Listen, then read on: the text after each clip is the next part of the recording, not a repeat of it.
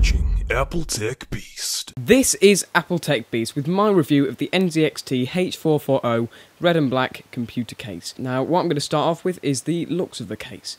Now, as you can see on the shots of the case now, it is incredibly good looking, as I mentioned in the first look and unboxing of the case. It's just really clean, simple, just very good looking. So it's got the black, matte black sort of steel panels, and then it's got the glossy red plastic sort of trim on it as well. So you have the light up NZXT power supply cover in the window, which is really nice looking. Not the best for routing cables, but I'll talk about that in a second. But yeah, basically the looks of it, as you can still see here, are incredibly nice. One thing about the looks of the case, however, is that fingerprints do show up very well on the matte black finish sort of panels, which is really annoying in my case because I just don't like fingerprints anywhere. And also on the front panel, it's really shiny acrylic sort of material, so that also shows up, but I suppose you could just sort of clean it off with a cloth. However, if you do clean the front window off with a cloth, then it causes scratches to appear in it, and they do appear very easily as well, scratches, and then there aren't actually any replacement front panels for the case as of yet from NZXT, so just bear that in mind when you're cleaning your case. Right, so as I mentioned a second ago, it is quite hard to route cables behind the scenes in the case. In the viewable part of the case, so like where the window is, it looks really good. You can make it all really clean very easily, but that's not the hard part. It's where, so you put the power supply in, and then you've got all the cables in the back. You can't really see where you plug in your cables into your fully modular power supply if you've got one like I have. So that's one problem. And then after you've got them plugged in, you've got to route them through, like, behind the motherboard, and the gap between the back panel and the motherboard back plate is literally, well, it's less than an inch. You don't have much space at all because there's sound dampening foam basically everywhere in the case that they can get it, and that narrows everything down by about ½ centimetre probably. So yeah, that is one problem I have with the case, but because it looks so good, I don't really care, because as you will see on these shots now, the viewable part of the case in the massive window that it has as well, it just looks really cool. So when you take the front panel off with the window, you will see it's got like a sort of stealth thing covering all the hard drive bays.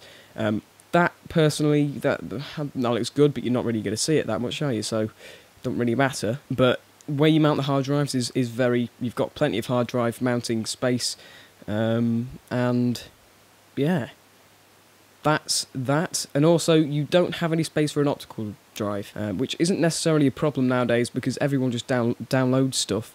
But if you do want to do the occasional DVD, play the occasional DVD or disc game, then you will need to buy a USB drive like I have done also, because I need to load the OS onto my computer with a DVD. So yeah, that's one slight problem, but like I just said, it's not necessarily going to be a problem nowadays because everyone just downloads stuff onto their hard drives. You will also see on these shots now of the front of the case that you can mount two SSDs in full view of the front window sort of thing. So it looks really neat. You can route all your wires into the SSDs pretty easily because there's like two wire grommet things down there beyond view, and yeah, it's annoying because if they didn't put all the sound dampening foam and stuff behind the motherboard, then it would just about be a perfect case, other than some build quality things with the glossy red trim. But I suppose it's a quiet case, so they have to do that. And like I just said, the red trim, the build quality of it's fine. It's just I don't personally like the... Well, I don't know. Some people might not like it. I would have sent it back if I didn't like it lots. But I'm living with it, and I've got used to it. It's fine.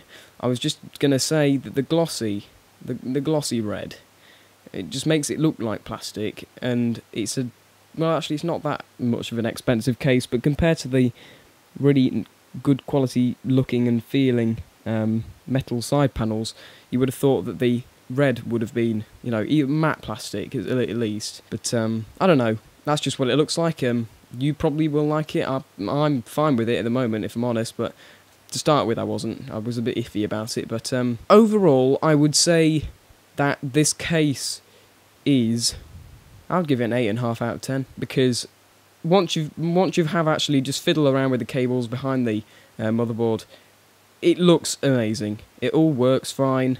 You've got the power supply is covered, so you're not gonna see all the bad cable management down there, are you? The cooling in this case is not meant to be that good. However, it's not really bad. It's not bad enough to have to do some modifications to it. So yeah, and also it is quiet. Just so you know, it is quiet. That's not just a thing they say. And the fans that come with it are relatively quiet as well. I don't even think I'm really gonna change those fans out. Oh, and also talking about fans, it has a 10-fan controller hidden behind the back of the motherboard, which is pretty cool. So you plug all your fans into there, and then it's all controlled via one, is it 4-pin connector for a fan from on the motherboard. So yeah, that works completely. That works fine. However, all fans run at, it might even be 100%. Actually, no, it can't be 100%. They all run at the same speed, basically, and it's fixed. You can't really change the speed of the fans. They only go up, I think. It's something like that. They're not very flexible when they're connected to that fan controller. That's what I'm trying to say. But apart from that, this case is incredibly good looking. Once you've got all the wiring done, it's just really nice to work with. Really good quality, and that's it. So as you can see on these shots now, you can just admire the beauty of it. And then you've got all the lighting up NZXT logo on the power supply cover or shroud, and then you've got the light up back I/O things, which also looks really cool. And then the other thing is, because it's black and red, you can find lots of parts that are black and red orientated, so you can make it look really cool, like I have done, if I don't say so myself. But yeah, thanks for watching this video. That was the review, a short review of the NZXT H440 red and black computer case. It's meant to be a silent case, that's what the H stands for, I think. It means hush. But yeah, I hope you enjoyed it, if I didn't already say that.